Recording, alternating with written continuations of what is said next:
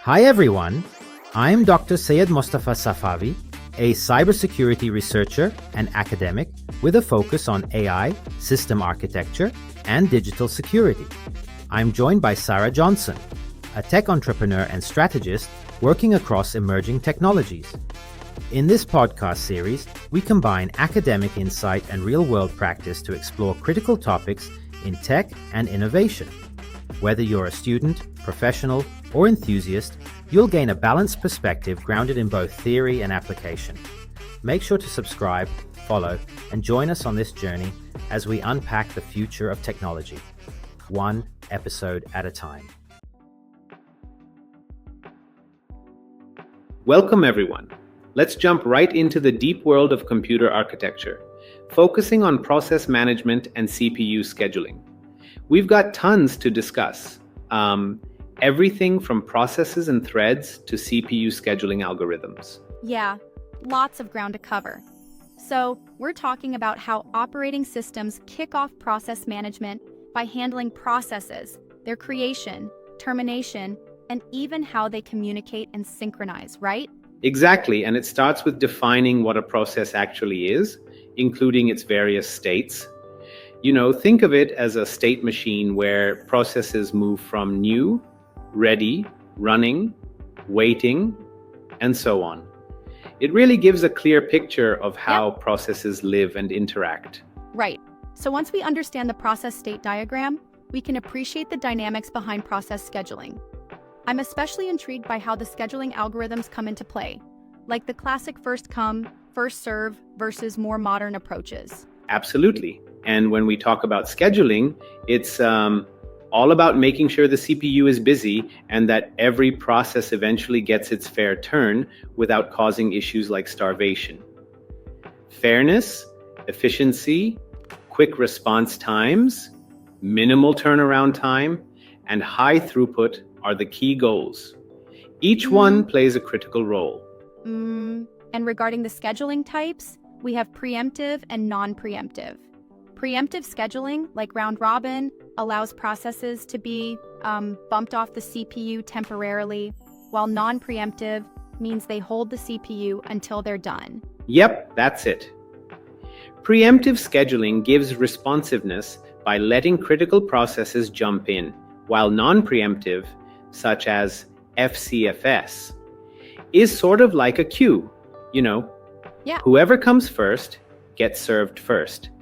It's almost like waiting in line at a coffee shop, though sometimes it's a bit more complicated. Yeah, though sometimes the coffee shop line analogy makes it sound too simple. What about situations where processes have wildly different burst times or priorities? True, you bring up a good point. In real systems, processes might have varying CPU burst times. That's why algorithms like shortest job first or priority scheduling can really optimize things. For instance, while FCFS is straightforward, it could lead to longer waiting times for shorter processes if a long process gets to run first. Exactly. Speaking of waiting times and turnaround times, the calculations here are crucial, aren't they? Like using the formula turnaround time equals completion time minus arrival time, or even treating it as waiting time plus burst time. Exactly. Calculations like these allow us to evaluate how good a scheduling algorithm is. And when you run through examples, like having a table of processes with arrival times and CPU burst times, you can even draw a Gantt chart to visualize it all. It really brings the numbers to life. And the Gantt chart doesn't just help us see process order. It also helps compute average turnaround time and waiting time. For instance, if we see processes P1 to P5 scheduled in a sequence like P2, then idle, then P1, P3, and so on. It all adds up to concrete average numbers. Right, and that ties back to the importance of CPU utilization. Essentially, keeping the CPU busy close to 100% means every process is handled efficiently.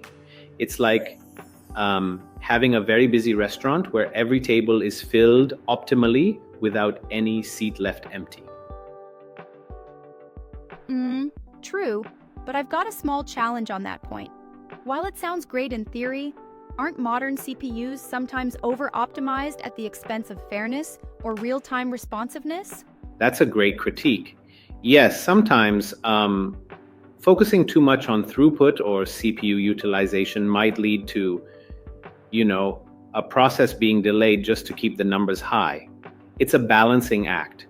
Fairness and responsiveness are key without sacrificing efficiency. Right?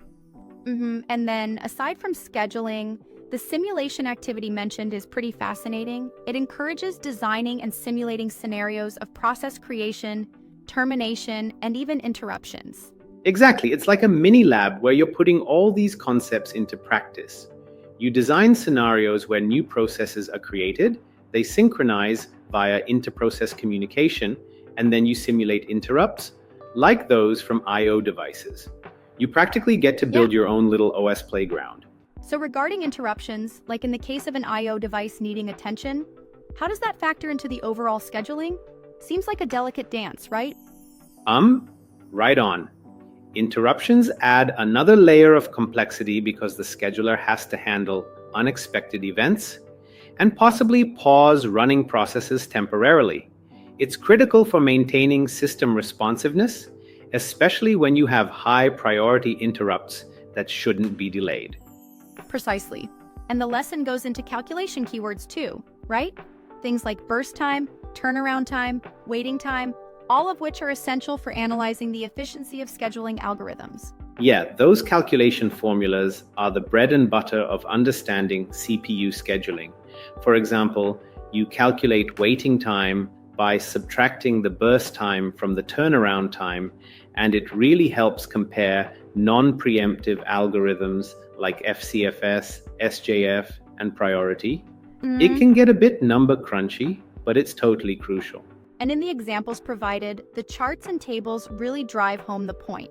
They show how each process has its completion time, turnaround time, waiting time, and even response time computed. Exactly. Like when the first time CPU allocation for a process is noted as the response time, right? It's that moment when a process shifts from waiting to executing. And then you come up with average values, which are vital for exam questions too. It almost feels like a complex puzzle that, when solved, just makes the operating system work perfectly. Right. It's akin to arranging a perfectly synchronized orchestra where each instrument, each process, plays its part right on time. Speaking of orchestras, I noticed that even the memory management section was touched upon. It mentioned things like single tasking with overlay, fixed versus variable partitioning, and the fragmentation issues. Yes, though the main song here is process management, memory management adds a supporting harmony. The techniques like single tasking, overlay allows systems to handle processes larger than physical memory, while fixed and variable partitioning bring their own set of challenges like fragmentation. Right? I find that interesting because it shows how interlinked these systems are. The way process scheduling must, in many ways, account for available memory and vice versa. Exactly. It's all interdependent. And then there's the role of different schedulers, long-term, short-term, and medium-term, all critical in selecting which processes get into memory and which one gets the CPU next.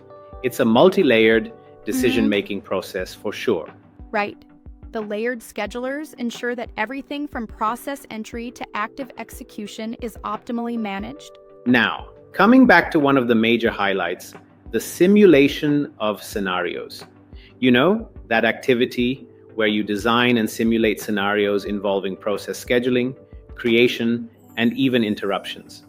It really cements the theory into practical application. Yeah, totally. It's like a sandbox for students.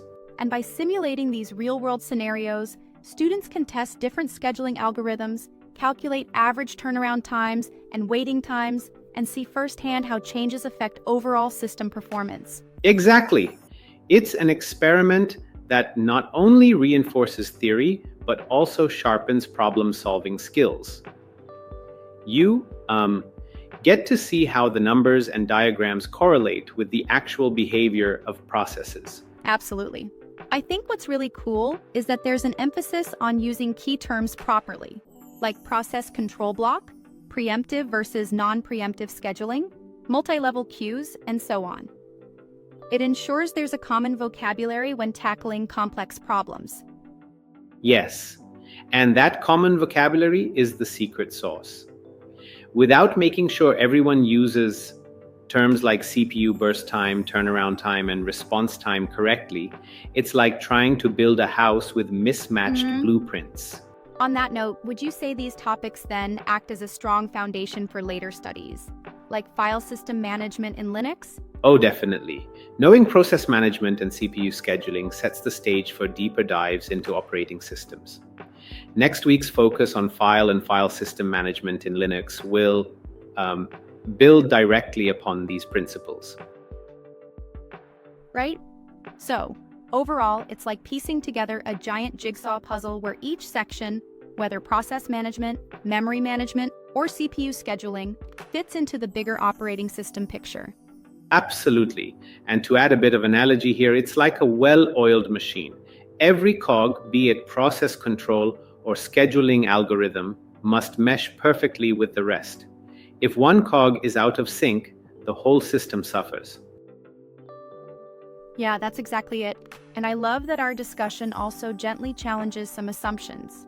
Like sometimes the simplest algorithm like FCFS might not always be the best choice in all modern scenarios. It really calls for a balanced approach. Right.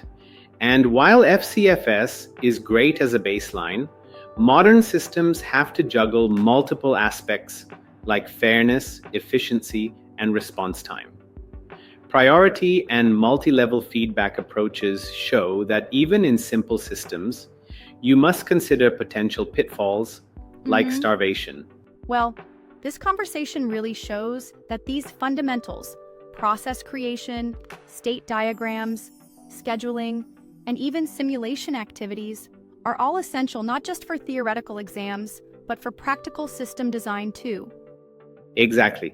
Understanding these concepts helps in real scenarios where you have to calculate average turnaround times, waiting times, even design custom scenarios for analysis. It's a comprehensive toolkit for anyone diving into operating systems. I think this deep dive clarifies how everything interconnects. It's impressive how these principles form the backbone of operating system design and performance optimization. Indeed. And while we've touched on many key points today, there's so much more to explore as we move forward. The layered architecture and the simulation of realistic process management scenarios truly make it a dynamic field of study. Well, that wraps it up nicely.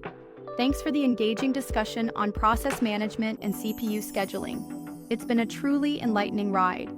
Thanks. And here's to our next deep dive into file and file system management. Until then, keep those processes synchronized and those CPUs humming.